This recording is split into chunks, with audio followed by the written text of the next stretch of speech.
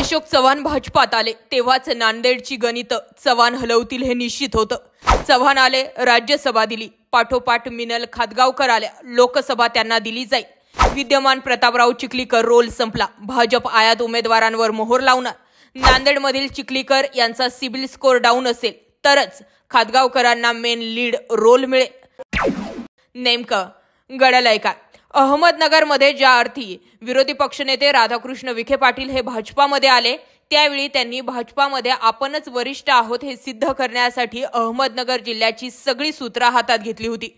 राधाकृष्ण विखे पाटील यांच्यापेक्षाही मोठं नाव अशोक चव्हाणांचं आहे, त्यामुळे यापुढचे नांदेड जिल्ह्याचे सगळे सूत्र अशोक चव्हाणच हलवतील यावरती जवळपास शिक्कामोर्तब झालंय। अशोक चव्हाण सांगतील त्याच खासदाराला आता पुन्हा नांदेडमध्ये निवडून येता येणार आहे आणि त्यामुळेच अशोक चव्हाण आता नेमकं नांदेडसाठी कोणाला पसंती दर्शवतात हे पाहणं गरजेचं आहे। विद्यमान खासदार प्रतापराव चिखलीकर यांची सीट धोक्यात आली आहे। नांदेड लोकसभेचं गणित बिघडलंय। नांदेड लोकसभेत विद्यमान खासदार चिखलीकरांसोबत रातोळीकर यांचंही नाव चर्चेत होतं, मात्र आता मिनल खादगावकर यांचंही नाव चर्चेत आहे। नांदेडमध्ये भाजपकडून इच्छुक उमेदवारांनी मिनल खादगावकरांनी अमित शहा यांची भेट घेतल्यानं जिल्ह्यात त्यांच्या उमेदवारीच्या चर्चांना उधाण आलंय।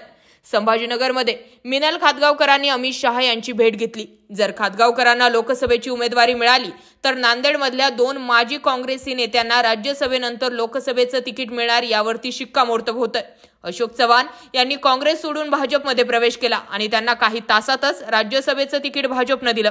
चव्हाणांनंतर मिनल खादगावकरांनीही भाजपमध्ये प्रवेश केला, आता त्यांना लोकसभेचं तिकीट मिळण्याची चर्चा आहे। मिनल खादगावकरांना तिकीट मिळाल्यास स्थानिकांच्या मते भाजपच्या प्रतापराव चिखलीकरांना मोठा धक्का बसणार आहे, कारण अशोक चव्हाण जरी राज्यसभेत गेले असले तरी मिनल खादगावकर अशोक चव्हाण यांच्या समर्थक म्हणून ओळखले जातात। त्यामुळे नांदेड भाजपमध्ये चिखलीकरांच्या वर्चस्वाला चव्हाण पहिला धक्का देतील अशी चर्चा आहे। आता या सगळ्या घडामोडी राहिल्या एका बाजूला, परंतु मिनल खादगावकर सुद्धा तितक्या स्ट्रॉंग लीडर आहे, त्यांचा जनसंपर्क दांडगा आहे आणि त्यामुळे खादगावकर यांनाच हे तिकीट मिळेल यावरती जवळपास शिक्कामोर्तब होण्यात जमाय।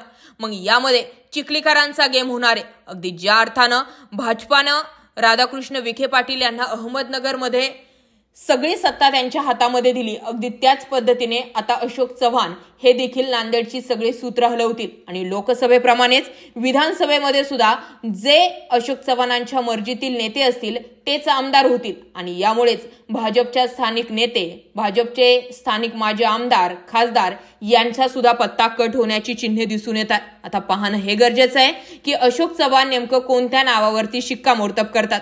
पण नांदेडकर, तुमच्या मते नांदेडमधील भावी खासदार कोण असला पाहिजे? कमेंट जरूर करा आणि अशाच माहितीपूर्ण व्हिडिओसाठी आपल्या चॅनलला आवर्जून सबस्क्राईब करा। जय महाराष्ट्र पब्लिक।